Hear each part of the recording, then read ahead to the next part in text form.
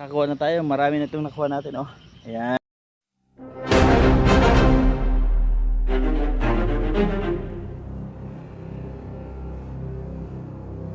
Ngayon kukuha na ako ng rambutan at nakapagpaalam na ako sa may-ari.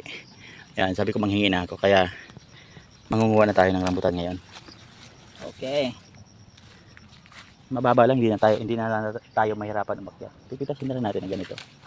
Tuloy alanganin pa naman iba eh. Ayan. Pero okay na yan. Ayan, mababa lang. Hindi mo na kailangan umakyat.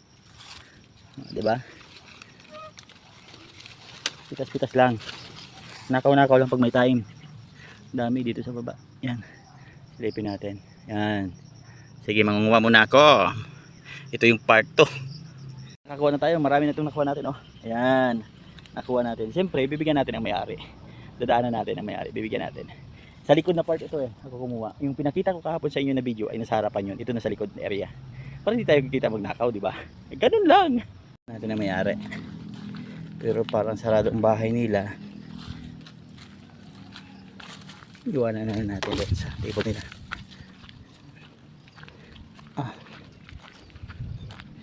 Pag nagnakaw ka ng prutas, damihan mo na. Isama mo na yung may-ari.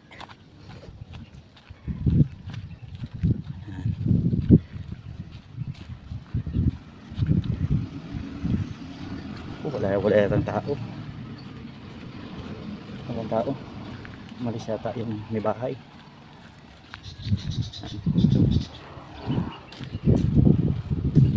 Pero bibigyan natin. Gawa na natin ng isang tangkay.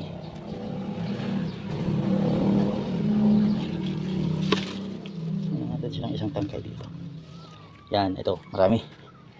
Iwan natin. Yan, ito natin lagay. Yan, ito lang iwi natin. Okay.